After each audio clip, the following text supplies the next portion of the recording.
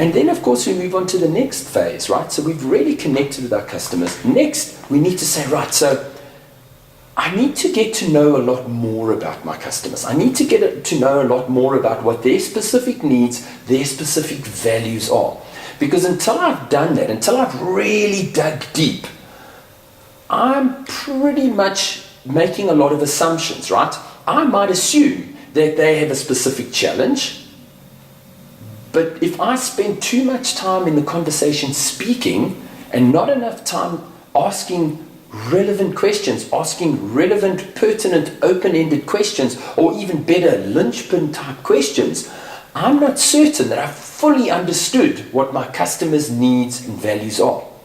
And like I used in the previous example where I said the person walked in and they asked the question, who's the first person you're going to show this car to? Well, imagine if they said my uncle because he's got a Maserati, and then I went and I started talking about safety features on the car. You see, ultimately, we need to be absolutely sure which of our value proposition or which of our benefits of our product are aligned, 100% aligned with what that person actually needs. And that's why we've got to be asking those open-ended questions. Remember, open-ended questions start with the 3 W's, right? Why, how. So it's what, which, why, and how.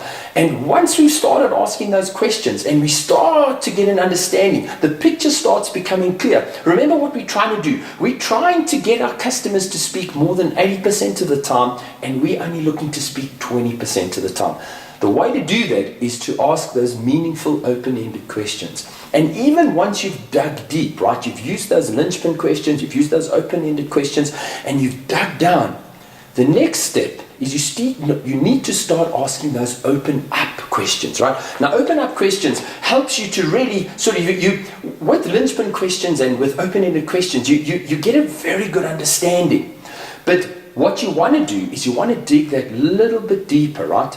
And open up questions start with, remember TED, tell me more, explain or describe. So as you do that, what you're effectively doing is you're getting the customer to go down to you're kind of funneling the information down to a point where you discover, remember the most important thing, a customer doesn't need you to tell him about the 5,000 benefits of your product.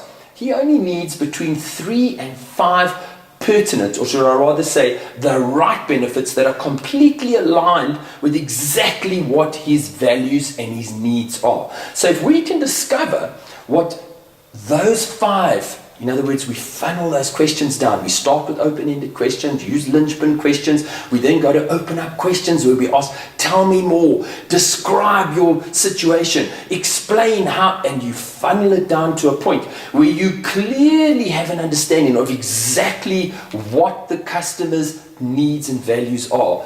What you're then able to do is you're then able to align your value proposition, or the part of your value proposition that is completely aligned with their needs, their expectations, their values. And once you can do that, what you've effectively done is you have uncovered those 5 benefits, I guess, those 5 benefits from your value proposition, and then communicating how that's going to align with their needs. In other words, remember what their expectations are. They want to know, customers really just want to know, how is this thing going to save me money? How's it going to reduce my costs? How's it going to improve my bottom line? How's it going to help my profitability?